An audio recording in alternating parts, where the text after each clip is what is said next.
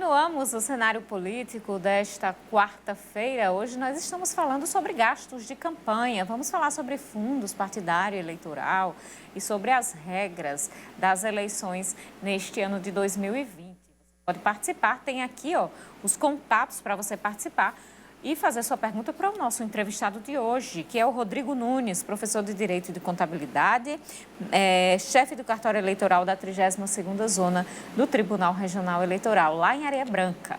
Então, participe com a gente. Carol, agora a gente traz os números do novo coronavírus no estado do Rio Grande do Norte. A gente sempre traz esses números, vem acompanhando de perto aí a evolução da doença no estado. E você vê aí, do lado esquerdo desta tabela, são 64.135 casos positivos, 2.296 mortes, casos suspeitos, 27.729, mortes por investigação, 250. Do lado direito da tabela, você vê a ocupação dos leitos de UTI por região. Na região oeste, que é aqui engloba Mossoró, 50% dos leitos Covid-19 estão ocupados. Em Pau dos Ferros, 30%.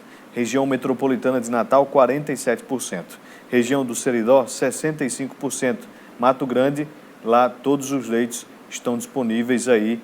E fila de espera, 2 pacientes. Fila de espera de transporte, 5 pacientes. São dados epidemiológicos da CESAP, a Secretaria de Estado de Saúde Pública, divulgados nesta quarta-feira, 9 de setembro. Pois é. Vanúvio, só registrando que de ontem para hoje não foi registrada nenhuma morte aqui no nosso estado do Rio Grande do Norte, uma boa notícia. E vamos para os números nos municípios. Lá na capital estão em 22.889 casos confirmados e 974 mortes. Aí nenhuma morte também de ontem para hoje, lá na capital do estado.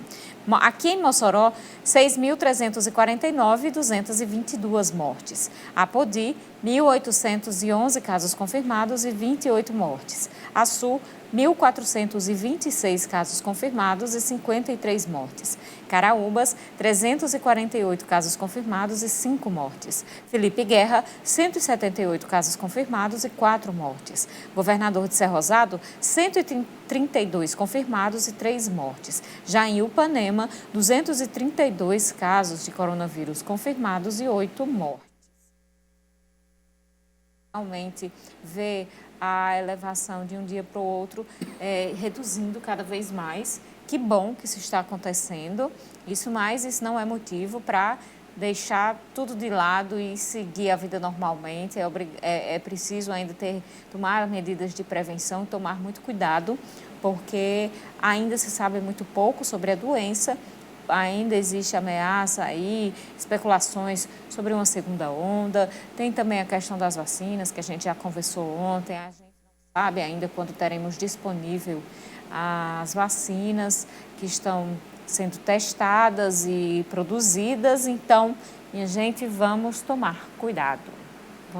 É isso, Carol. O cuidado é sempre necessário ao sair de casa, ao ter contato com outras pessoas. A gente vê nos finais de semana as pessoas procurando praias, procurando diversão.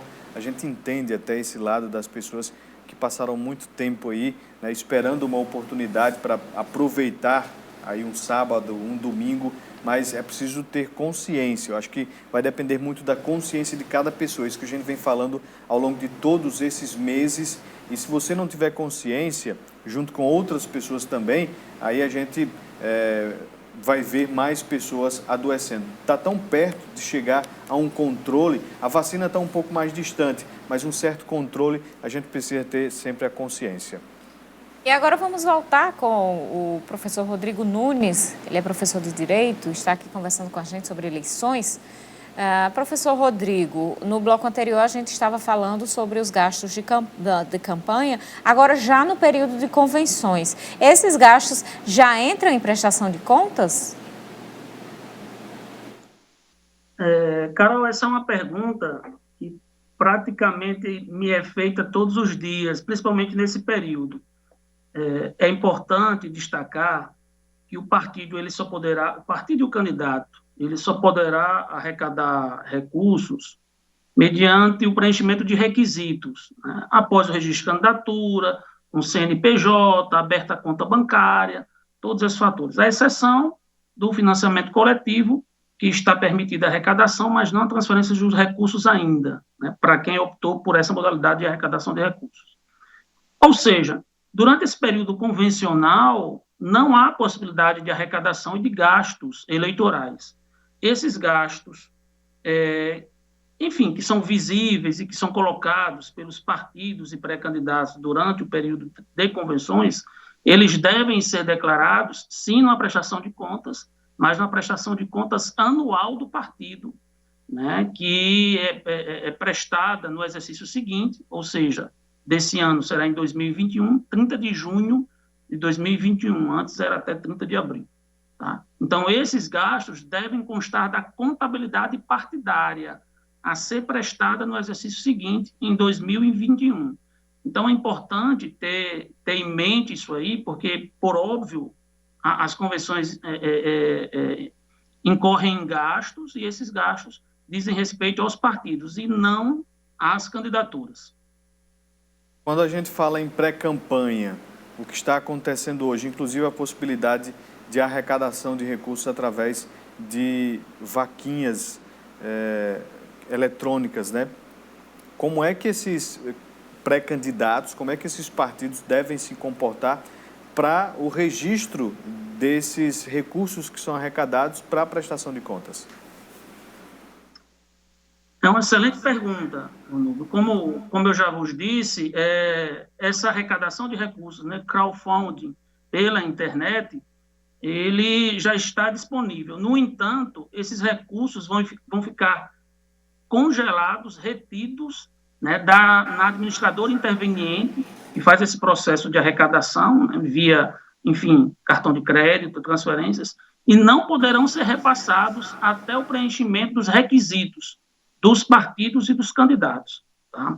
Mais uma vez, importa ressaltar os requisitos: o registro de candidatura com a emissão do CNPJ, tá? CNPJ do partido, que já consta naturalmente, deve estar regular na Receita Federal, e do candidato, que é gerado a partir do registro de candidatura. Além do CNPJ, a abertura da conta bancária e, no caso de recebimento, né, de recursos não financeiros, a emissão de recibos eleitorais. A partir do preenchimento desses requisitos, é que esses recursos poderão ser transferidos. Vão entrar na contabilidade, importa dizer, pelo seu valor bruto, tá? As doações pelo seu valor bruto. E na saída, né, nas despesas, vão constar as taxas financeiras dessa arrecadação. Então, é importante atentar para essa situação. Professor Rodrigo, sobre o que deverá estar na prestação de contas dos candidatos? Tem como listar aí os principais gastos que devem constar, que não podem faltar na prestação? A própria resolução, Carol, uma importante pergunta, a própria resolução, a 23.607, ela elenca quais são os gastos eleitorais, tá? E são os gastos típicos de campanha, né? Inclusive gastos com pessoal, com propagandas, né? Emissão de santinhos, gastos com veículos, com combustíveis, tá? Todos esses gastos, eles devem estar constantes da prestação de contas, sob pena de omissão, né, de receita e desaprovação das contas, abuso de poder econômico, né, investigação pelo 30A, ou seja, Caixa 2, abuso de poder, dentre outros pontos. Nessa questão em si, tem um outro ponto de debate que foi oriundo da mini-reforma eleitoral de 2019 e diz respeito aos gastos com assessoria advocatícia e contábil, né? A gente que milita aí nas duas áreas. Então, veja, é muito interessante esse ponto. Os gastos, né, com assessoria de advogados e contadores, eles não entram no limite de campanha. Eles ficam à parte. Então, se o limite, por exemplo, de um candidato a prefeito é 240 mil, eu posso ter 240 mil dos gastos ordinários, né, com material publicitário, com enfim, com marketing, com gastos com pessoal, dentre outros, e os gastos com assessoria, com essas assessorias, está por fora. Doravante, embora não sejam considerados gastos eleitorais para fins de limite, essas despesas com advogado e com contador podem ser pagas com recursos do fundo partidário e do fundo eleitoral de campanha. Então, é um ponto muito importante, inovador, e que vai gerar, né, algumas interpretações diante do pleito eleitoral municipal. Tem ali bons profissionais do direito e também da contabilidade para melhor organizar a sua campanha. O político que não se preocupa com isso, que tem bons profissionais ali, tende a realmente não se preocupar com essas áreas que são bem delicadas. Mas, professor, a gente já está vendo aqui, a gente já viu o lançamento de pré-candidaturas e agora as convenções.